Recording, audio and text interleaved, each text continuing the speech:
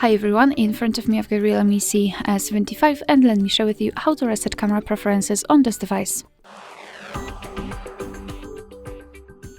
So let's start with opening the camera app. Currently we are on the video mode, but the mode does not really matter. Let's open the settings. They are in the right upper corner, so let's tap on them and let's tap on settings. Let me quickly turn on the grid lines. Let me show you. As you can see, we've got those lines here, and after resetting they should disappear. So again, enter the settings, scroll down to the very bottom and tap on restore defaults. Tap on restore, and as you can see, we just got back to the camera and the grid lines are not visible, which means that we just successfully reset all camera preferences.